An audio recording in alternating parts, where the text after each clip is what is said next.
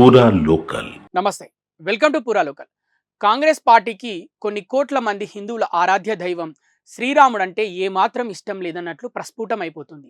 ఎన్నికల సమయంలోనూ లేదంటే ఏ సమయంలోనైనా రాజకీయంగా లాభం పొందడానికి తాము కూడా హిందువులమే అంటూ గుళ్ళు గోపురాలు తిరగడం, గంధాలు విభూతులు రాసుకోవడం చేస్తున్నా అది క్షేత్ర స్థాయిలో మాత్రం తద్భిన్నంగా కాంగ్రెస్ వ్యవహారం చేస్తోంది.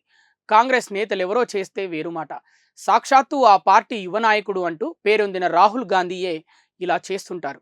కానీ రాముడు పేరు వచ్చిన ప్రతిసారి కాంగ్రెస్ అదో రకంగా వ్యాఖ్యలు చేస్తుంది. రైమ్ అంటూ ఒంటి కాలితో పైకి లేస్తుంది. అంతెందుకు, అయోధ్య శ్రీరాముడి ప్రాణప్రతిష్ఠ సందర్భంగా శ్రీరాముడి అక్షింతలను ప్రతి హిందూ కుటుంబానికి చేర్చాలని శ్రీరామ తీర్థక్షేత్ర ట్రస్ట్ పిలుపునిచ్చింది. అయితే ఇవి అయోధ్య శ్రీరాముడి అక్షింతలు కావని, కంట్రోల్ బియ్యం అంటూ కాంగ్రెస్ హిందువుల మనోభావాలను తీవ్రంగా బాధిస్తూ వ్యాఖ్యలు చేశారు. తాజాగా కర్ణాటక కాంగ్రెస్ ప్రభుత్వం ఓ నిర్ణయం తీసుకుంది. పదే పదే తాము కూడా హిందువులమేనని చెప్పుకునే కాంగ్రెస్ నేతలు కర్ణాటకలోని రామనగర జిల్లా పేరును బెంగళూరు సౌత్గా పేరు మారుస్తూ అక్కడి క్యాబినెట్ నిర్ణయం తీసుకుంది. పైగా ప్రజల డిమాండ్ ప్రకారమే ఈ నిర్ణయం అంటూ ప్రకటించింది.